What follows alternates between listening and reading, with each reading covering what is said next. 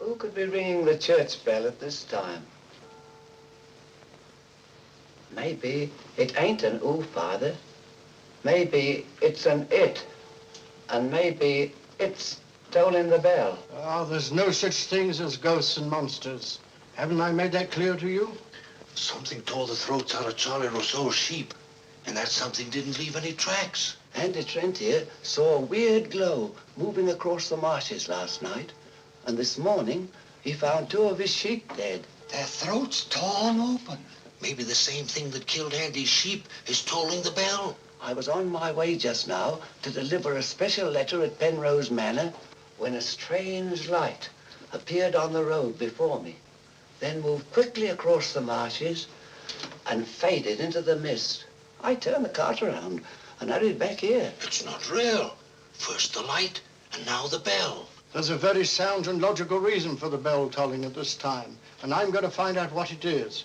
You can drive me to the church pots. The letter can wait. No hurry. Nothing will harm you if you're with the priest. Is that true, Father? Ah, what you need is more faith and less imagination. Come along.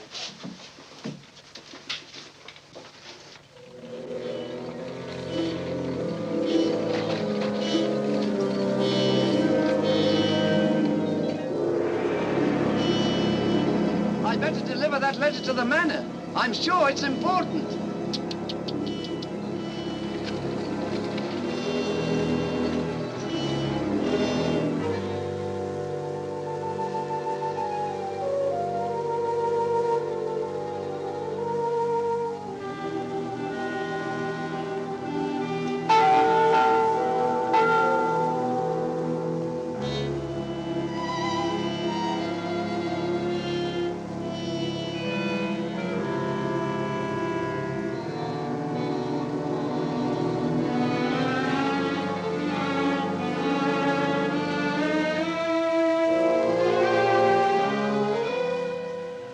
Goodness, that bell has stopped. Odd. It's tolling at this time of night. I don't like it. What with this phantom roaming the marshes? I saw it again tonight. Who would that be?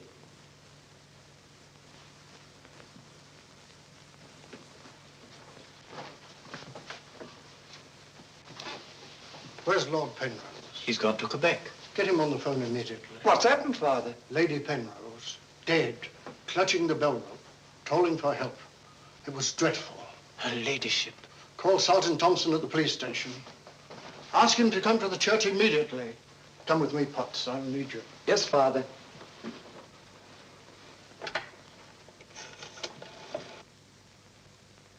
Operator, put me through to Quebec. Lord William Penrose. Yes, he's addressing a meeting of the Royal Canadian Occult Society at a Quebec hotel. It's urgent, sir. Page? Yes, sir? Lord Penrose. Lamont Rouge is on the telephone. It's urgent. It's in the Gold Room. Yes, sir.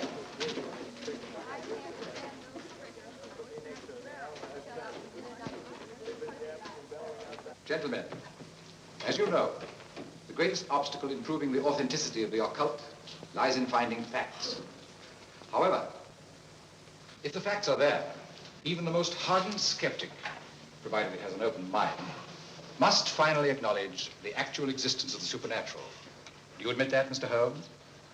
Facts are always convincing, Lord Penrose. It's the conclusions drawn from facts that are frequently in error. Yes, in the case of the Hound of the Baskervilles, as well as in the adventure of the Sussex Vampire, we found Watson, please. Oh, sorry. Well, gentlemen, this time I have facts. Cold facts. Many years ago, 100 to be exact, an apparition appeared at night in the village now called La Mort Rouge. The following morning, 3 people were found dead, their throats torn out, hence the town's rather grim name. Interesting, yes. But facts? No. I hardly think the tales of superstitious peasants can be considered... I haven't finished, Mr. Holmes. La Mort Rouge has again been the scene of these strange and unexplainable occurrences. Unexplainable, that is, from your point of view. Several of our most responsible citizens have actually seen the strange apparition on the marshes at night. And next morning, sheep were discovered... with their throats torn out and no traces of the killer anywhere to be found. Oh, you read about it in the papers. Oh, as a matter of fact, I haven't. It was merely a deduction. A rather obvious one, I'm afraid. Deductions are a weakness of mine, as Dr. Watson can tell you. Would you believe it? Holmes could... Well, those are facts, Mr. Holmes. Ignore them if you can. But it's very urgent, sir. Very well. Go ahead. Thank you. I never ignore facts, Lord Penrose. And I have no doubt that the incident of the sheep with their throats torn out is unquestionably a fact. However, the interpretation of this fact as being final proof of the existence of the supernatural is merely supposition, and therefore cannot be accepted without further data. Your opinions, Mr. Holmes, are undoubtedly the result of your inability to cope with something beyond the realm of your comprehension. Myself, man. I'm sorry, John, but this ridiculous skepticism... Yes, what is it, my boy? La Mort Rouge on the telephone, sir. Very urgent, my lord. Excuse me, gentlemen. I'm afraid, Lord Penrose... It's quite understandable, Sir John. Lord Penrose is deeply entrenched in his beliefs. That's his privilege. Oh, hang it all, Holmes, the fellow was positively rude. Well, shall we see a little overwrought, Watson? I'm leaving immediately.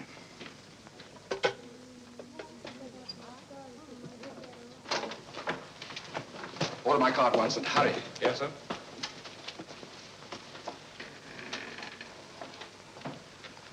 Gentlemen, my wife has just been found dead. Her throat torn out. In exactly the same manner as the sheep. This is terrible. I say, you don't think that it's... Undoubtedly, Mr. Holmes, you would call it murder by person or persons unknown. I'm sorry. If I can be of any assistance... Thank you, no. I'm afraid the happenings in La Mort Rouge wouldn't interest you, Mr. Holmes. Under the circumstances, I think we should adjourn. Yes, indeed, Sir John. Holmes, what a terrible thing. Sir John, would you be good enough to convey our condolences to Lord Penrose? Yes, I'd be glad.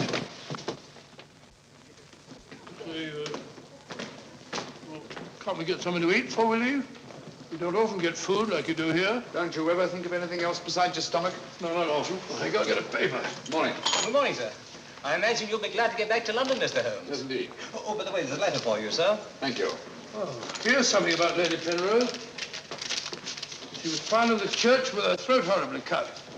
Evidently dragged herself from the marshes nearby and tried to summon help with a bell rope. What's it? What is it, Holmes? Listen to this, Watson. Huh? My dear Mr. Holmes, I've every reason to believe my life is in danger. Yet, if you were to ask me how I know, I couldn't give you a logical answer. There is nothing tangible, yet like a Terrible premonition. It is all so frightfully real. I heard of your being in Quebec, and I'm turning to you, a stranger, and asking your help in the frantic hope that you'll not fail me. Oh, who's it from? It's signed Lillian Penrose. Lady Penrose? A letter from the dead woman? Well, what's it mean, Holmes? I should say that Lady Penrose lived in fear of her life. Some secret hidden in her past, in all probability. Oh, perhaps it isn't as simple as that. What if Penrose is right?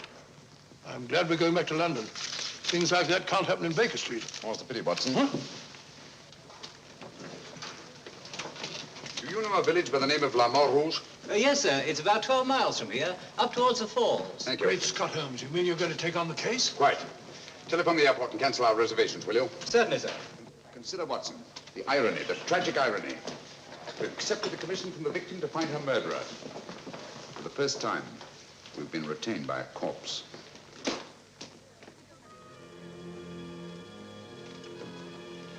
Doesn't seem to be a bell.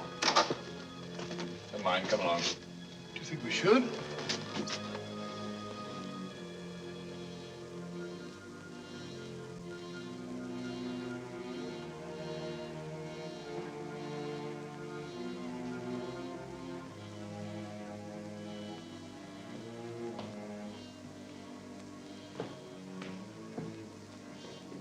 What a cold, cheerless-looking room.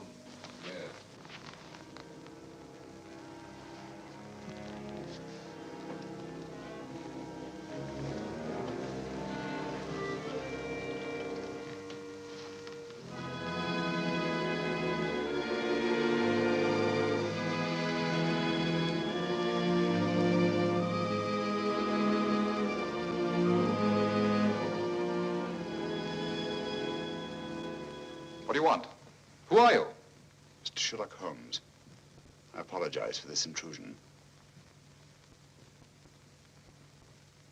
Would you mind, gentlemen?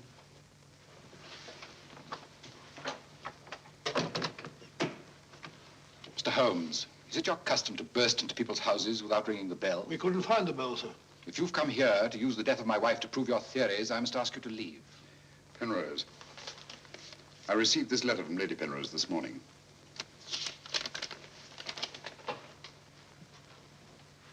That was devilish awkward.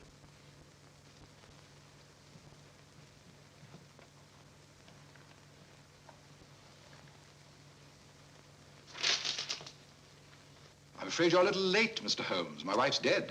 And I've come here to find her murderer. You might have saved yourself the trouble. I'm convinced that the solution of this horrible deed lies in an understanding of psychic phenomena. Although I don't expect you to admit that, Mr. Holmes. I assure you, Penrose, I neither believe nor disbelieve in anything, including psychic phenomena. If I could just see Lady Penrose, it might help dispel much of the mystery that surrounds these happenings in the Rouge. Drake! Why don't you answer the blasted thing? Sergeant Thompson has charge of the case. You'll find him at the police station. And now I must ask you to go and take your assistant with you.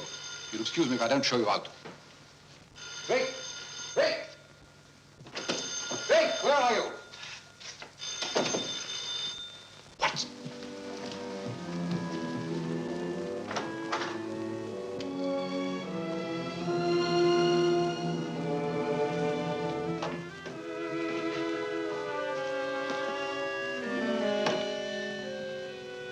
Holmes, I've seen it before.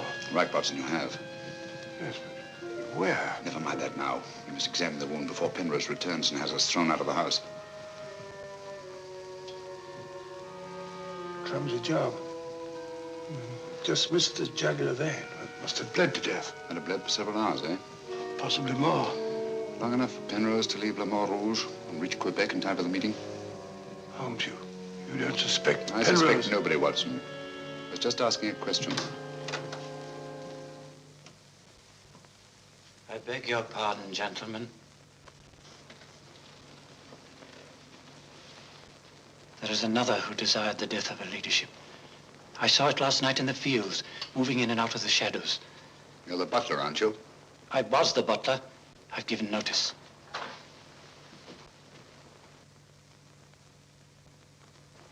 Drake! Get out. Get out of this.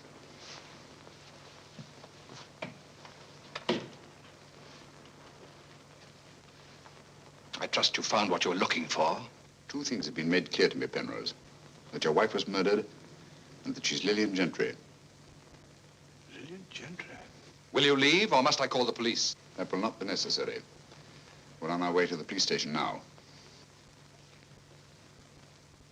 The wounds found on Lady Penrose's throat are identical with those found on the throats of the dead sheep. Now, I'm not a superstitious man, Mr. Holmes, but I don't know of any weapon capable of inflicting such wounds, except an animal's claw. Of course, it could be done by a 5-pronged garden weeder. Not that garden weeder, Mr. Holmes. That's mine. I use it to weed the garden at the back of the jail. I'm inclined to agree with the Sergeant, Holmes. A weapon such as that would have severed the jugular vein, and death would have followed immediately. Lady Penrose lived long enough to drag herself to the church and toll the bell in a frantic effort to call for help. Yes, I know all about that. But there must be some logical motive instead of all these goblins and monsters. Sergeant, have you ever heard of Lillian Gentry? No, I can't say that I have, Mr. Holmes. She was a famous actress who came to America some time ago. She appeared for many years in the United States and Canada. Then suddenly she disappeared. Her disappearance was never explained, and she was soon forgotten. But what's the connection between Lillian Gentry's disappearance and the death of Lady Penrose? Lillian Gentry and Lady Penrose are one and the same person. The same person? Precisely. One more question, Sergeant. Do your files show anyone with a prison record living in La Rouge? No, Mr. Holmes. The only person having any connection with a prison is Emile Journet. He came here 2 years ago with his daughter and bought the hotel. He was a guard at Talon Prison. Thank you, Sergeant. I hear there are a lot of prairie chicken in these parts. I'd like to have a bag of them someday. I think that can be arranged, though. Yes, we can stop over at the farmyard and you can shoot all the chickens you want. That's all very funny, Holmes. Here you are, old fellow. We're going to engage rooms at Monsieur Journet's hotel. Landlord! I say landlord! Place seems deserted. Won't be for long if you bellow like that. Landlord! Oh, sorry, Holmes. Got to try and make summer. Yes, monsieur? My dear, have you got a room for us? Yes, monsieur. Good. Sign here, please. I'll sign for us both. Oh, thank you. You seem very young to be in charge here. Yes, monsieur. You are Mademoiselle Journet? Marie's your name, monsieur. My dear, you've been crying. Why? Papa's going away. Oh, come now. Is that such a tragedy? Did you cry if your papa were going away, Watson? I don't believe so. This way, monsieur. Bring your bags, please. Yes, of course. Wouldn't I be unhappy if my father went? See my father for years. Father died about 20 years ago in Shelton.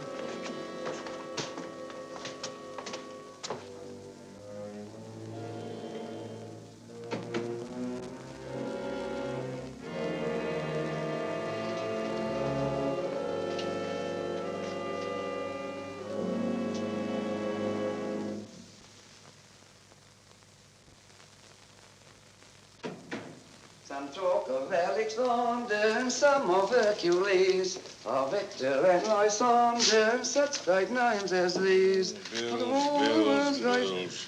That's the way it goes, Emile. It costs money to be born, and it costs money to die. Do you know who that was in the car? It was Sherlock Holmes. He's here now. What do you think he'll find? Ghosts and monsters. What else is there for him to find? There's nothing. I don't know. You're afraid, Emile? Of course I am, and so are you. Who isn't? Why should Sherlock Holmes come here? To investigate the death of Lady Penrose. What else? I'm afraid Mr. Holmes will return to London a sadder, but a wiser man. Why'd you say that? Well, you can't arrest ghosts and monsters, can you now? Well, I'm on my way. The mail must be delivered. Some talk of Hercules, some of Hercules. That's better.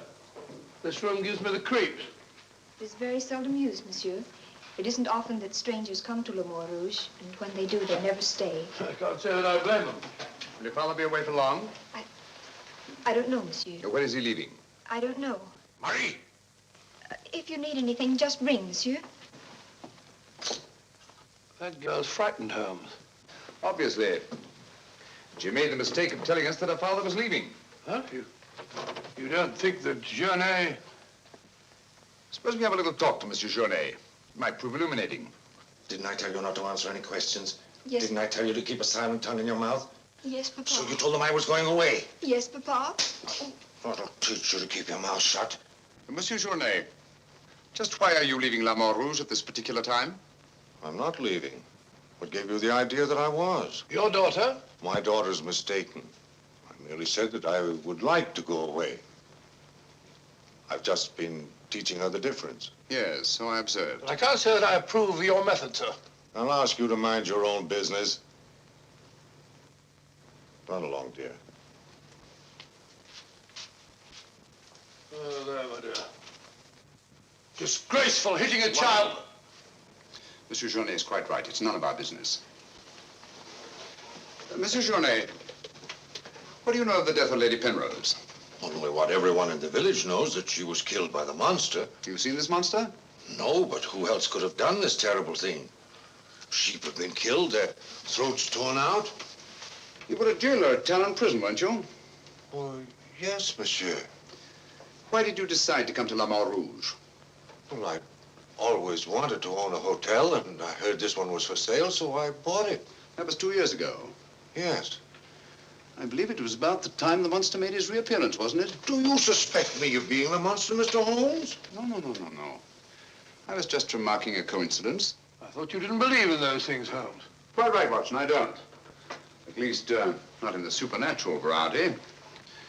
Not the werewolf who bites into his victim's throat with his teeth. But, a monster who uses for his weapon of death a 5-pronged garden weeder, yes, that's a little more in my line. I don't know what you mean. I mean that this monster's been recreated and used as a screen behind which to commit a horrible crime. Whoever did it felt certain that no suspicion could possibly fall on him. But my unexpected arrival upset his plans. Very possibly he became frightened, decided to run away. You're right, monsieur. I was running away. But not for the reason you think, but in fear of my life. And who would want to kill you? I don't know. It's like some terrible premonition. But it's so real. The very word it's in Lady Penrose's letter. Yes. That still doesn't explain this garden weeder.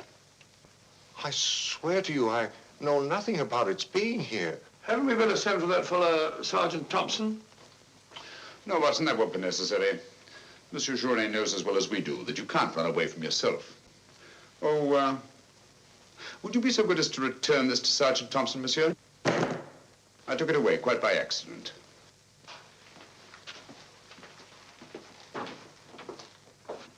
Monsieur Journet knows as well as we do.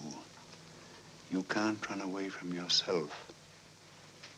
This fellow Journet seems a very frightened chap. Do you think he'd have any connection with Lady Penrose's murder? Time will tell us many things, Watson. And now, my dear fellow, there's something you can do for me, if you will. Anything, Holmes? I knew I could rely on you.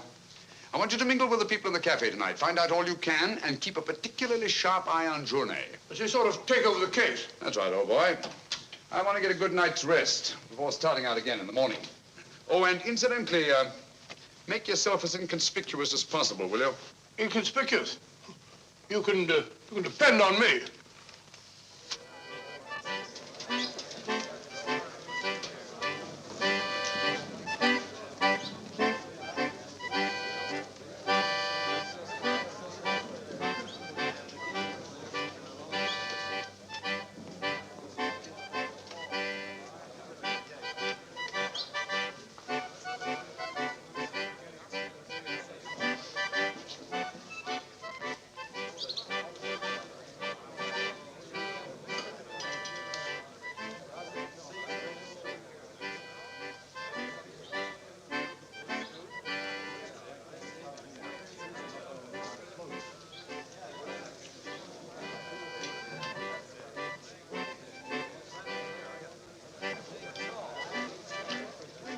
Thank you, my dear.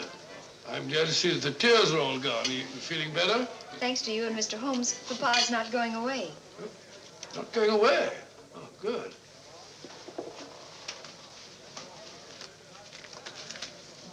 Journet not going away. There are many phases of the supernatural, Mr. Drake.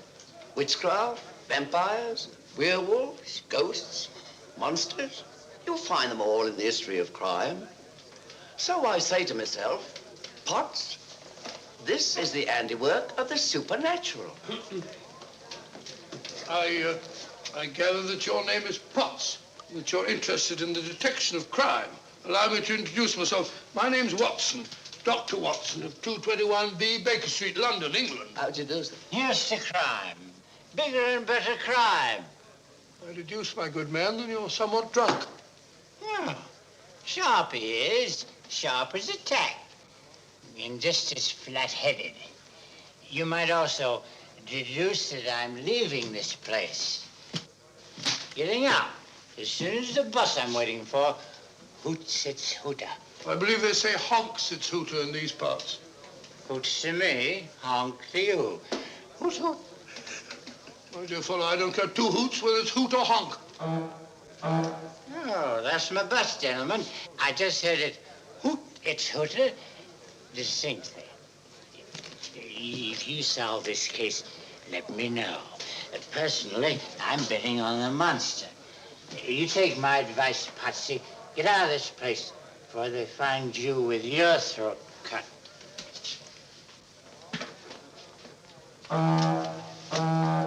Hoots its hooter.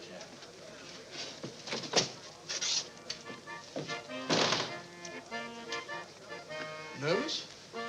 Well, the thought of having your throat torn out by some monster isn't likely to make you very gay, Dr. Watson. No, indeed. Some of Monsieur Journet's excellent wine will soon remedy that. Marie, would you bring a bottle of this excellent wine for my friend here? Yes, monsieur. Mr. Potts, as a student of the occult, supposing you give me your theory of this murder. You like this wine? Oh, but Dr. Watson, I never drink anything stronger than milk. Teetotaler? No, hiccups. Every time I drink alcohol, I have hiccups.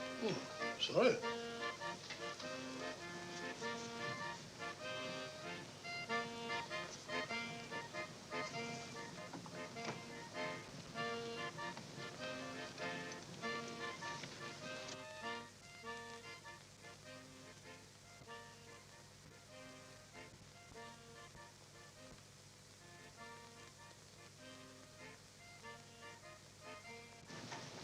Mr. Holmes.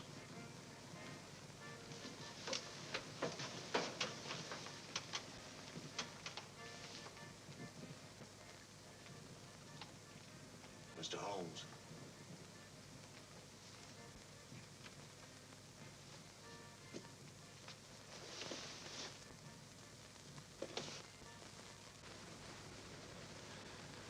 This circle is where the murder actually occurred. Yes, Mr. Holmes. There's a footpath just beyond the church which leads across the marshes. Follow it for half a mile and you'll be there. Thank you, Sergeant. I'm sure I'll find it. Mr. Holmes, I wish you'd let me go with you. It's dangerous on the marshes at night. These swamps, one false step... I'm sorry, Sergeant, but it's important that I go alone. I'll keep close to the path. Well, will Dr. Watson be going with you? No, Sergeant. I asked him to do some research work of his own, and by now he's probably magnificently involved. Good night. Good night, Mr. Holmes. But according to your theory, Dr. Watson, everyone in the village is under suspicion. Pardon me. It's quite all right. Oh, thank you. Murder is a very interesting study, gentlemen.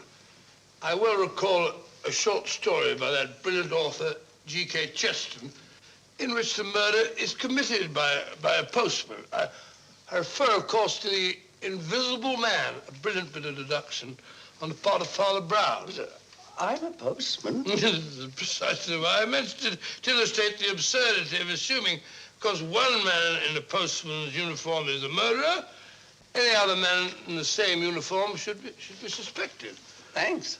Had me worried for a minute. Oh, flabbed it up. A child can see that this ridiculous monster has got you all afraid of your own shadow. I saw Lady Penrose. I wouldn't like it to happen to me. I'll be getting on. I'm going with you. Good night, Doctor. Good night. It's quite all right.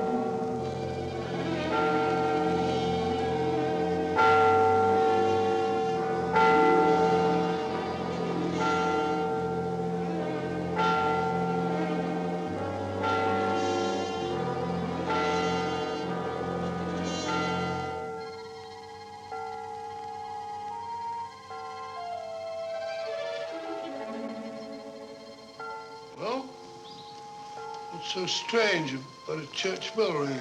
It rang the same time last night.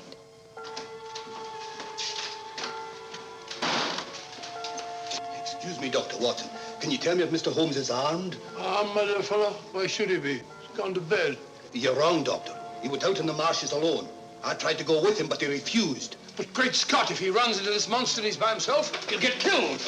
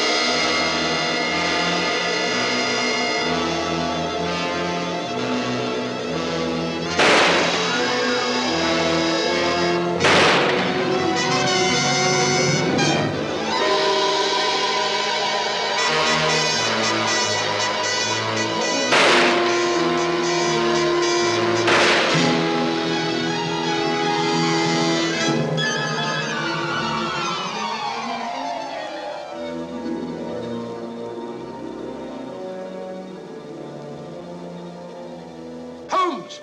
Holmes! Are you all right? Where are you, Watson? Here I am. Over here, Holmes. Watson, where are you? I'm in the bog. Oh, good gracious. Come here. Your instructions were to mingle with the people and stay in the cafe. Sergeant Thompson said you were out here alone, so I thought you might need help. Yes, so you proceeded to fall in the bog, eh? Fall? I was pushed into the blasted thing. Pushed by the most ghastly apparition. Came at me like a roaring furnace, with spitting fire in all directions. Before I could get my revolver, the thing was upon me. The next thing I knew, I was in the bog. Are you all right, Mr. Holmes? I heard shots. Yes, I'm all right, but Dr. Watson here seems to have encountered the monster. He has? Come along, old fella. We'd better get you out of these wet clothes and into a hot tub before you catch a death of cold.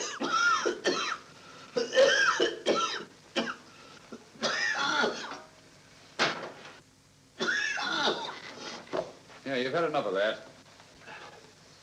Drink this. You'll be as fit as a fiddle in the morning. Sorry you had such a bad time. I got a right to share your dangers. Thanks, old fellow. You know, I wasn't sure the villagers weren't right. And if it did turn out to be some sort of supernatural monster, well, why should I involve you? Rubbish. However, I did learn something. I can now state positively that our antagonist is not a phantom. But the thing actually spat flames at me. All just a figment of your imagination. The murderer knew I was out on the marshes, and obviously wanted to frighten me. You frightened me, all right. How do you manage the flames? Merely clothing, treated with phosphorus.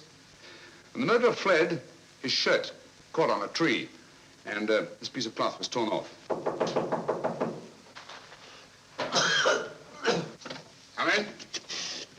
I'd like a few words with you, Mr. Holmes.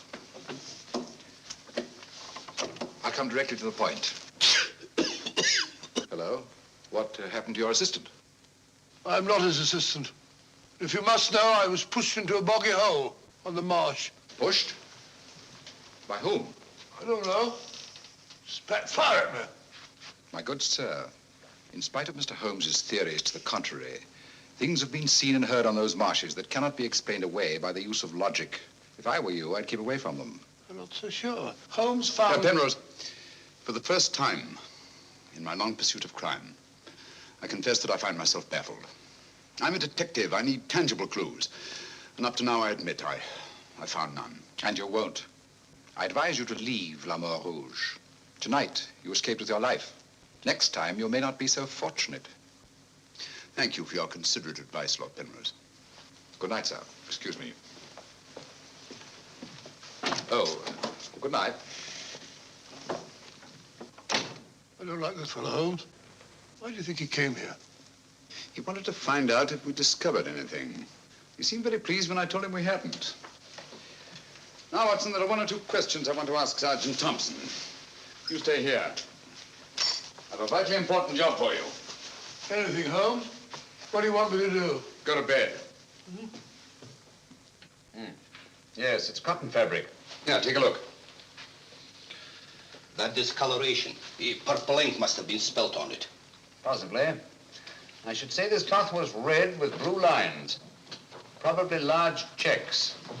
Yes, it seems to have been laundered a good many times. The blue lines are almost completely erased. Yes, you can scarcely see them.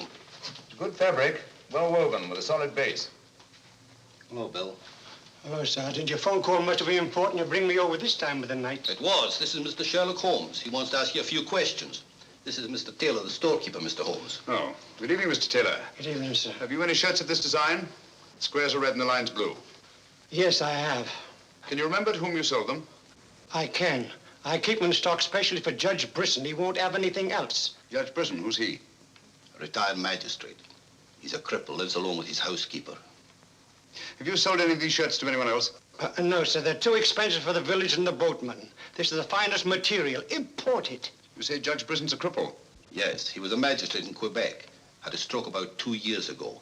That's why he retired and came here to live in Le Mort Rouge. Just about the time that Monsieur Journey arrived here. Now that you mention it, it was just about then.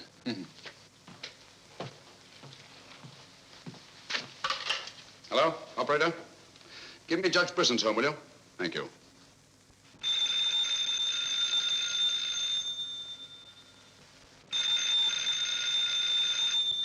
Nora. Let it ring. Haven't I told you not to answer the phone at night? Yes, sir. Well, then obey my orders. Yes, sir.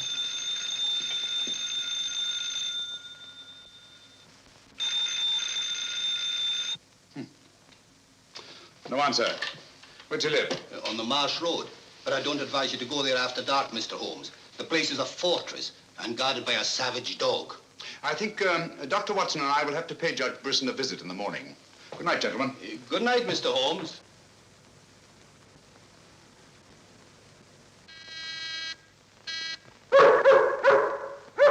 Two locks on the door. One of them new.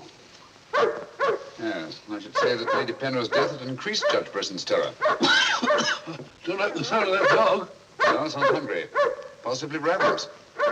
Couldn't we come back after he's had his breakfast? I'm sorry, Watson. Our business won't wait. Oh, stop now. Yes, Watson.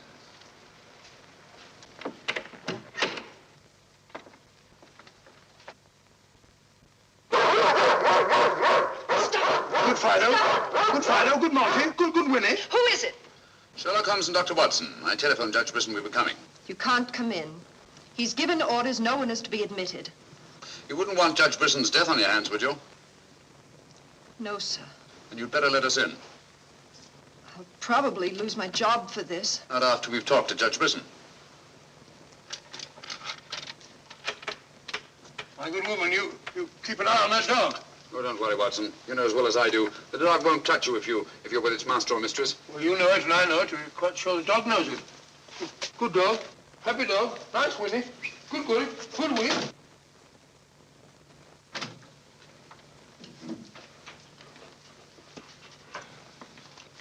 Let me warn you, I'm armed.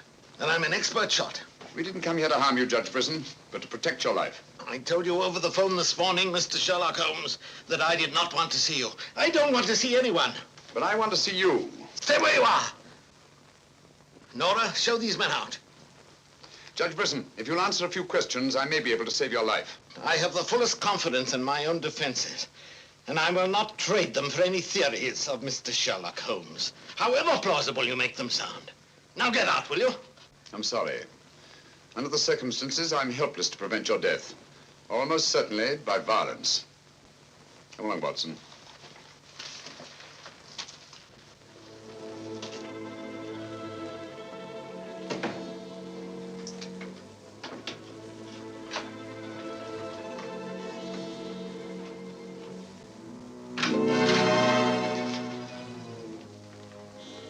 Pardon me. May I trouble you with that envelope? I must have dropped it.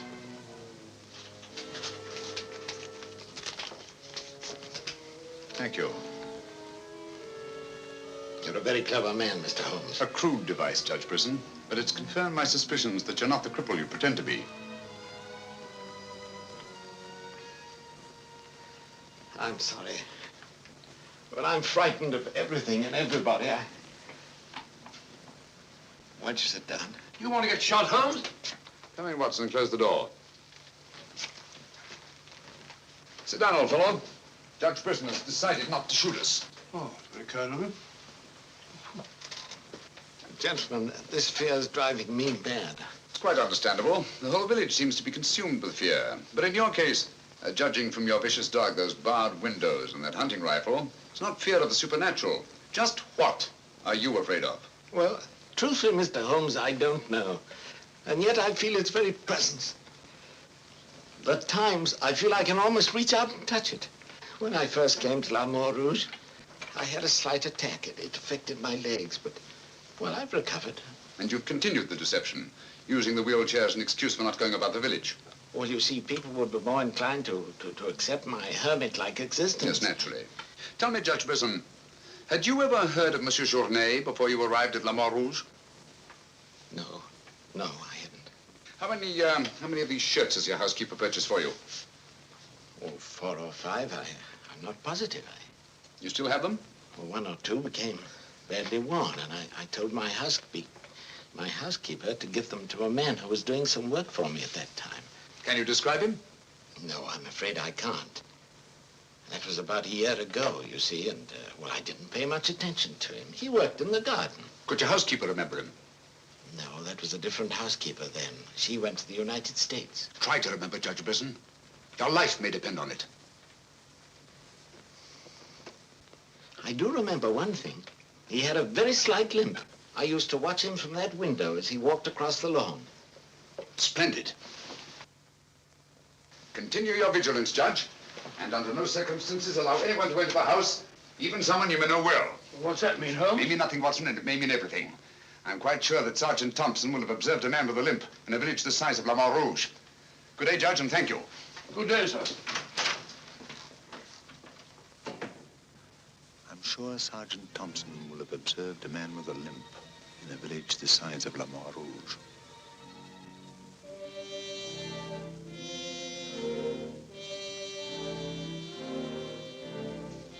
This is what's left of the Delaport Hotel, Mr. Holmes. Dana sleeps here when he's in La Rouge. Spooky old place. The villagers call it the ghost house. It's been deserted for years.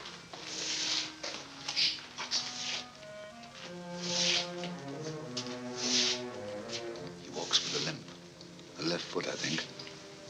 To the trained ear, Sergeant, footsteps have a characteristic rhythm as identifiable as fingerprints.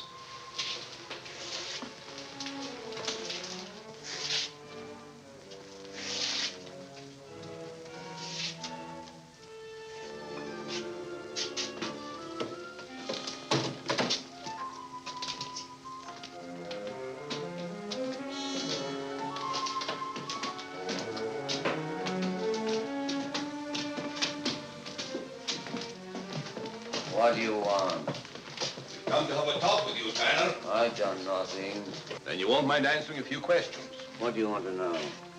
Tell me, Tanner, where were you 2 nights ago? Down the river. And last night? I just got back tonight. You're lying. You can't frighten me. But now I got a job to do.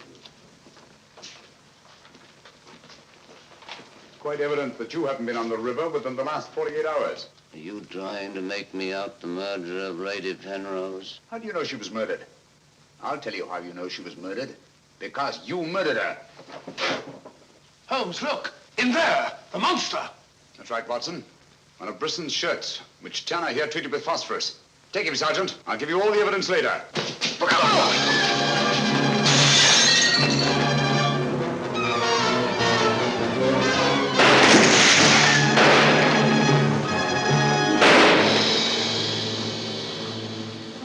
You got him, Sergeant. I'm sure of it. Come on.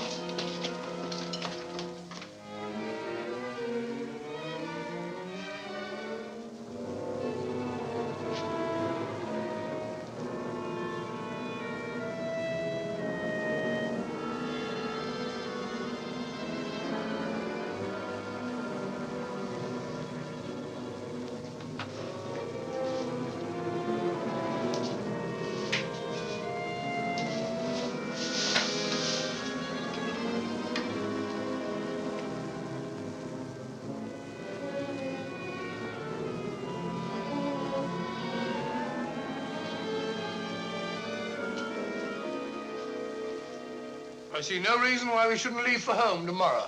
So much for tomorrow. But for tonight, what do you make of this, Watson? I found it in Tanner's room. Just a photograph? That's right, old boy, just a photograph. You notice anything else about it? Part of it's missing. Bravo, Watson. Now, if we can find the missing half, notice the discoloration of the torn edge, faded signature. The upper half was torn off sometime within the last year, I should say. Well, why all this fuss about an old photograph?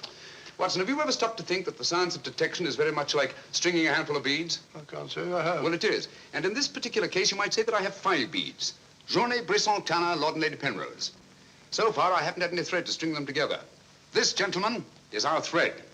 And I think I shall start with Lady Penrose. But Lady Penrose is dead. The dead can tell us many things, Sergeant. You and Dr. Watson remain here at the hotel. I'll meet you later. I'm sure you got Tanner, Sergeant. But Mr. Holmes is never satisfied with a dead criminal. He has to sit in on the post-mortem. Come along. Let's go downstairs and celebrate the death of the monster. That's a good idea, Doctor.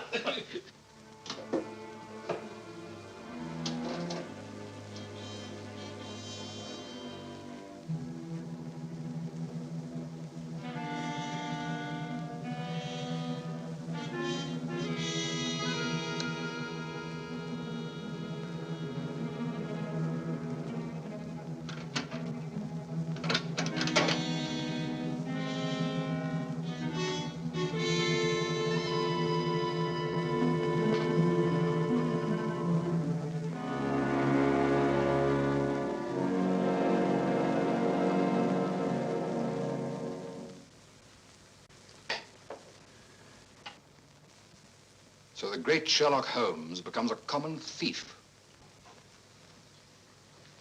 You realize, of course, that I might have shot you. I knew that you'd refuse to see me, so naturally I had to take that chance. Tell me, who is Alistair Ramson? What has he to do with your being here? Perhaps this will explain. Found the lower half in a room occupied by a boatman named Tanner. The upper half was in Lady Penrose's safety box. Alistair Ramson murdered a fellow actor in my wife's company. He was sentenced to life imprisonment. The whole thing was a great shock to her. So she retired from the stage and you married her shortly after? Yes. Where and when was this murder committed? In Quebec, 5 years ago. Ramson was shot 3 years later trying to escape from Talon prison. His body disappeared in the St. Lawrence. Was it ever recovered? I don't believe so. Penrose, Alistair Ramson and Tanner are one and the same person. What? It was he who sent the upper half of that photograph to your wife as a warning. What could my wife have in common with a murderer? Yet he killed her. He killed her? Yes. The monster was none other than Tanner himself. We found a shirt impregnated with phosphorus in his room. Tonight, when we faced him with the evidence of his crime, he bolted and jumped out of the window into the river. Sergeant Thompson fired a couple of shots at him. He's dead? In a way, yes. I don't understand. Tanner is dead only because he was discovered, and have therefore outlived his usefulness to his creator. But I'm afraid that Alistair Ramson, the actor, who created and played the part of Tanner, is very much alive. But surely, now that you know who the murderer is, the police... It's not quite as simple as that. During the time he's lived here, Ramson has undoubtedly established another character for himself, perhaps several others, who are by now familiar to the people of the town of Le Mans Rouge and quite above suspicion. He could be almost anyone in the village. He may even have been your butler, Drake. This is fantastic. Yes. Yet Lady Penrose's death is only the beginning. There's no saying where this madman will strike next. Tell me, is there anyone else in Le Mans Rouge who may have been connected in any way with the case of Alistair Ramson? Judge Brisson was the magistrate who tried and sentenced him.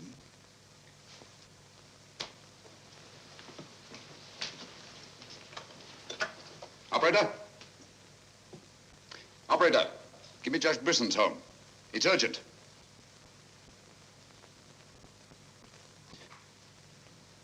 Judge Brisson, this is Sherlock Holmes. Oh, yes, Mr. Holmes. Oh, I'm quite all right, thank you.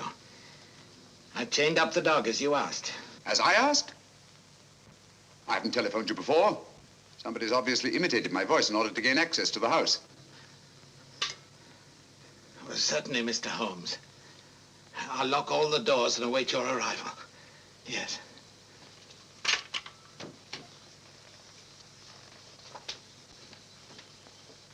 Nora!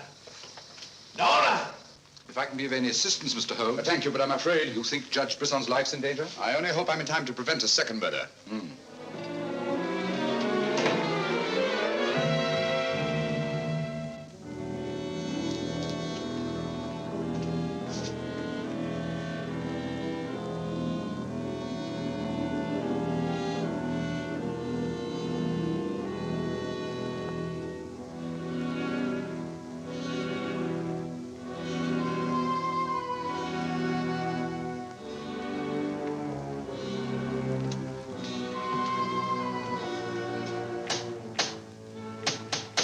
That's Mr. Holmes. Show him in.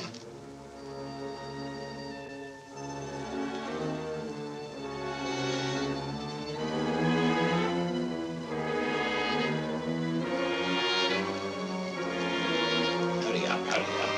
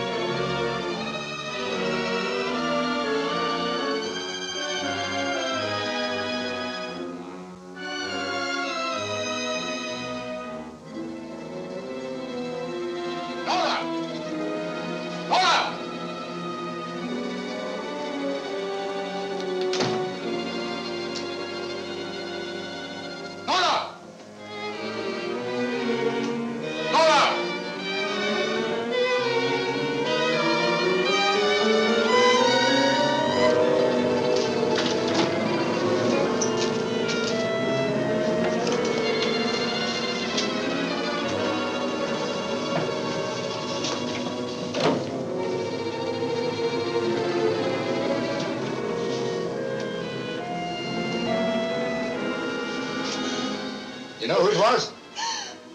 I don't know. I don't know.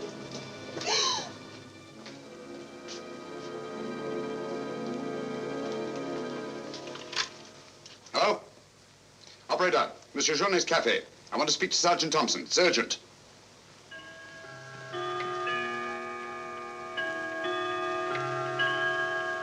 Sergeant Thompson, this is Sherlock Holmes. I'm at Judge Brisson's. He's been murdered. Judge Brisson's been murdered. Judge Brisson? The murderer gained access to the house, gagged and bound the housekeeper, then disguised as Nora, murdered Judge Brisson. I'm returning to the old Delaporte Hotel on the chance that he'll go there to change his clothes and assume another disguise. Ask Dr. Watson to meet me there as quickly as he can, will you? You'd better come here at once and take charge. Right.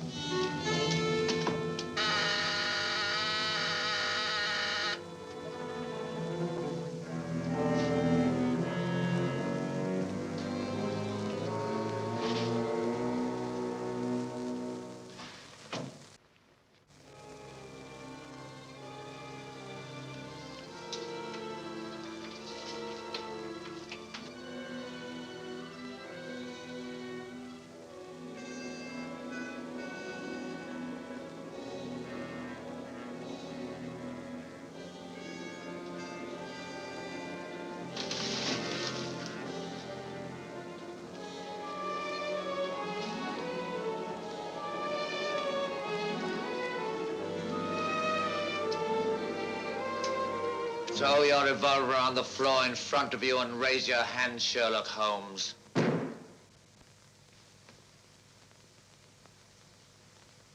I should have thought you would have felt more at home in the spotlight. I see you finally identified me. Jack Tanner and Nora the housekeeper were brilliant. You should really take a bow. It's too bad you appeared on the scene when you did, and I had to ring down the curtain on the monster. Your recreation of the monster of La Mort Rouge as a means of murder must have given you great satisfaction. Why did you kill Lady Penrose? I see no reason why I shouldn't tell you. I couldn't bear the thought of another man possessing her. And Judge Brisson? During the trial, I grew to hate him. And when he sentenced me to prison, I vowed that someday I would escape and kill him. I see. Obviously, you planned still another murder. Otherwise, you'd have returned to the safety of your first disguise and defied me to find you. You're right. I am. There were 3 people in my life who had no right to live. 2 have already died. The 3rd remains. Tonight, I shall kill him. Mr. Holmes, I've always had the greatest admiration for your talents. Thank you. Your performance in this case has also been brilliant. So brilliant that I'm afraid I'm going to have to ring down the curtain on it a bit prematurely. Mr. Ramson, we are artists in our fashion, not creatures skulking in alleys. If our positions were reversed, I shouldn't think of sending you to your death, lacking a few stray pieces of the puzzle. What do you want to know? The name of the 3rd person. I have no objection. If there is a hereafter, which I doubt, you and he will meet very soon, Mr. Holmes. The name of the 3rd person is...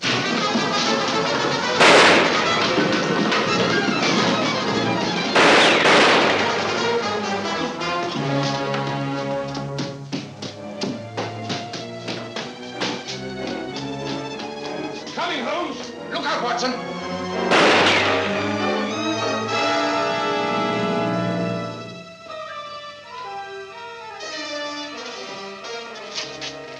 All right, Watson. Where is he, Holmes? He's gone. Thank heavens you're safe. Thank heaven you came and you did. There it is, Watson. Look out.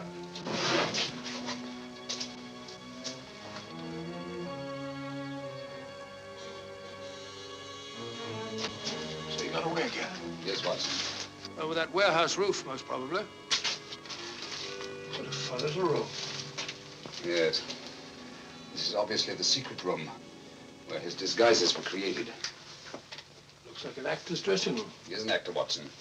One of the finest acting talents of our time. Look at this. Nora the housekeeper. His name's Alistair Ramson. Alistair Ransom? Never heard of him. No, that's not important. The important thing is that he murdered Lady Penrose and Judge Brisson. Great Scott, he did it. Yes, Watson. This Ramson is a paranoiac. His orgy of crime is not complete.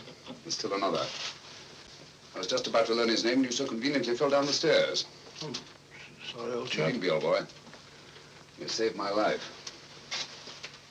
Look at this, Watson. Tanner. Tanner? Where do you think he'll strike next? Obviously, Journet is to be his 3rd victim. Journet? Yes, Watson. As in the cases of Lady Penrose and Judge Brisson, Journet also felt his presence. But in each case, it was vague and unexplainable. Well, what connection can he have with Judge Brisson or Lady Penrose? Journet was a guard at Talon Prison, where Alistair Ramson was confined. He's the 3rd person against whom the murderer holds a grievance. Now he's disappeared. Journet disappeared? Oh, so Marie told us in the cafe? Watson, Journet's disappearance can mean only one thing. He's in hiding.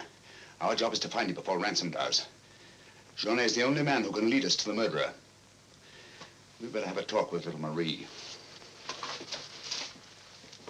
Raise your voice and sing along, sing till the echo ring. Don't ever let a single soul worry about anything. Find what you make it so you can make it what you will. Never be dreary, ever be cheery. Hello, Potts. Have you seen Marie? No. Have you seen her? No, can't say I have.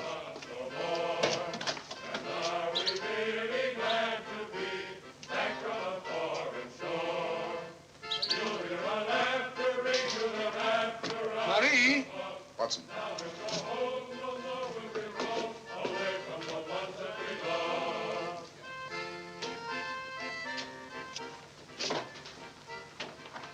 What is it, Holmes? I'm afraid we're too late. Marie.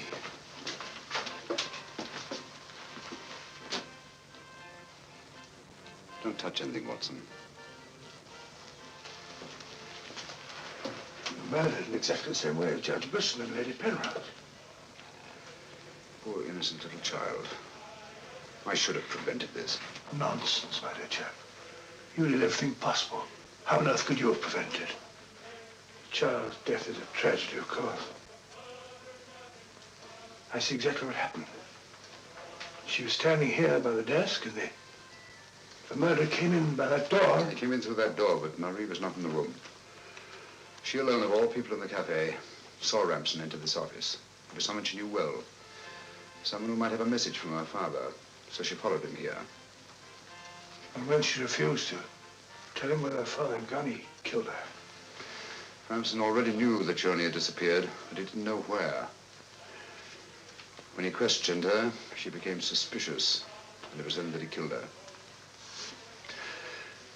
Telephone Sergeant Thompson, will you?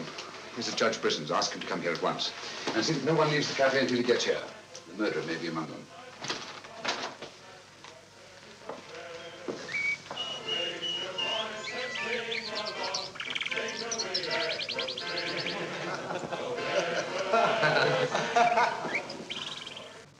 What could have happened to Holmes?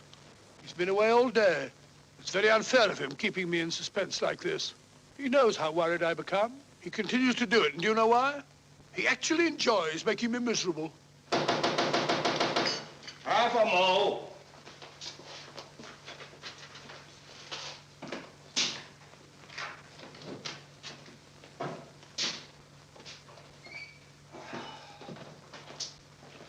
No good, Watson. It won't work. What won't work? I've been to every place where Journey could possibly be in hiding. That's where you've been all day. Yes, Watson, and I must admit that I'm completely baffled. We've got to find Journey before it's too late. But how? I've been everywhere within a radius of 5 miles of this village. I've even been to the church in the hope that he'd disguise himself and attend Mass. He may have gone to Quebec. Every road's covered.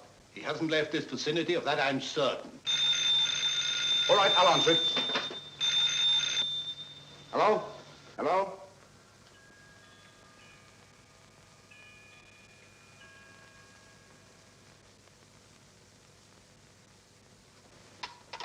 Who was it, Holmes? Watson, get your hat and coat. You're very rude, Holmes. You leave me all day long with that very dull inspector. I ask you a perfect polite question, and all you say is, Watson, get your hat and coat. We're going to find Journey. Sergeant, you wait here till I call. Watson, do this. Watson, do that. Watson, get your hat and coat. Watson, speak up. Watson, do that. Brisson's house. Watson, this, Watson. It's my opinion that Judge Brisson's house is the last place that you'll find Journey. Put yourself in Journey's position, Watson. Where's the most likely place that Ramson would look for you? Certainly not in the very house in which he's just killed one of his victims.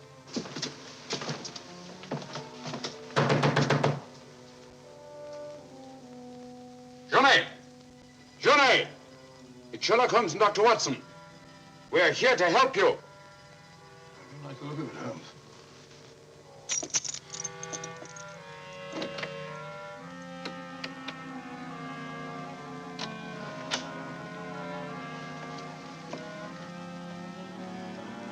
Holmes! Holmes! Where are you? Here I am, Watson.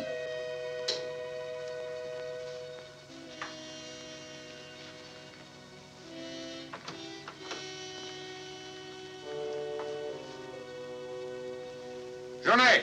What do you want? We've come to help you. How did you know I was here? When you called your hotel just now, I answered the telephone.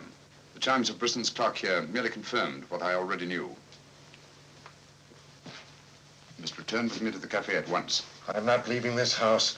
The murderer's waiting out there in the marshes to kill me the moment I leave here. Naturally, but first he must have the opportunity.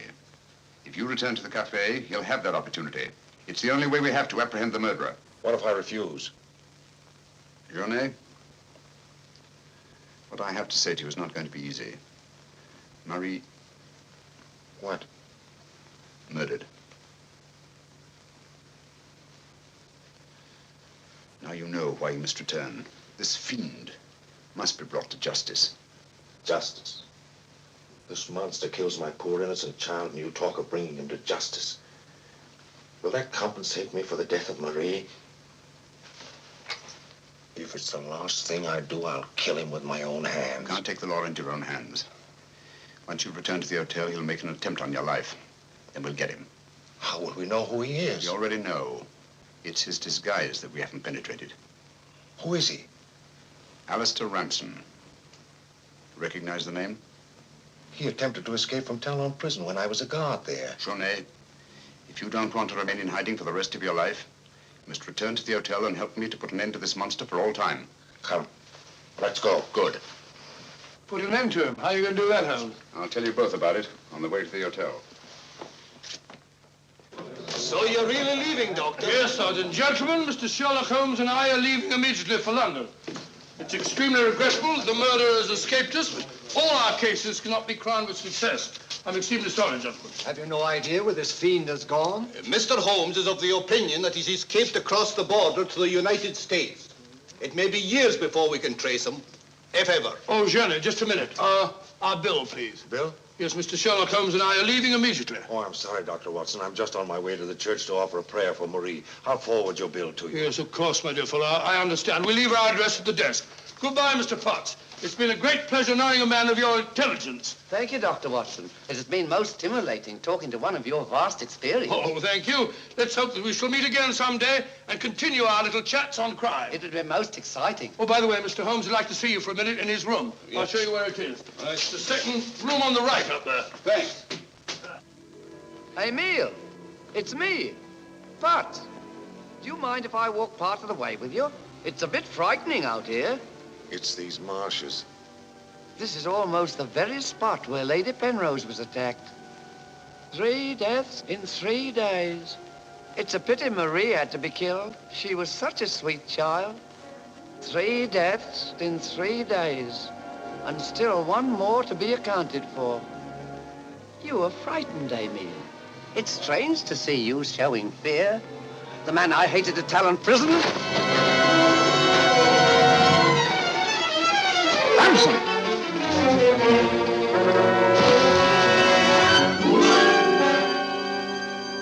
Sherlock Holmes.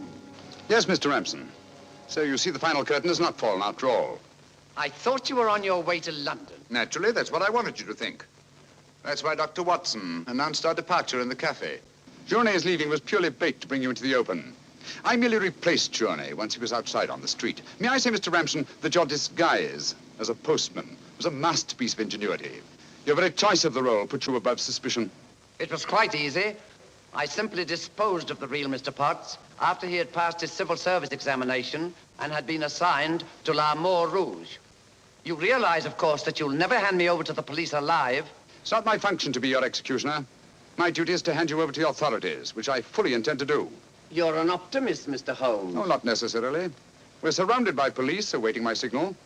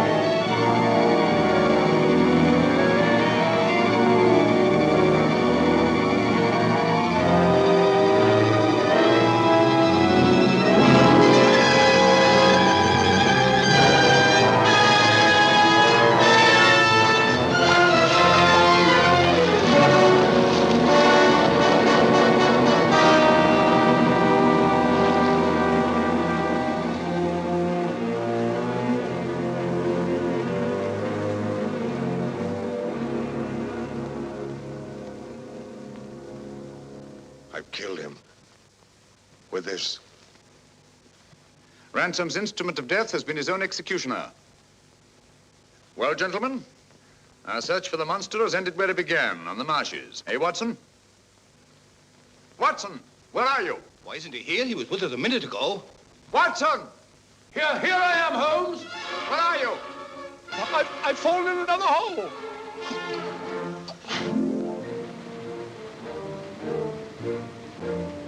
I should like to have seen a bit more of Canada before we sailed, Holmes. So should I, Watson. Canada. The linchpin of the English-speaking world, whose relations of friendly intimacy with the United States on the one hand, and their unswerving fidelity to the British Commonwealth and the motherland on the other. Canada. The link that joins together these great branches of the human family. Churchill say that?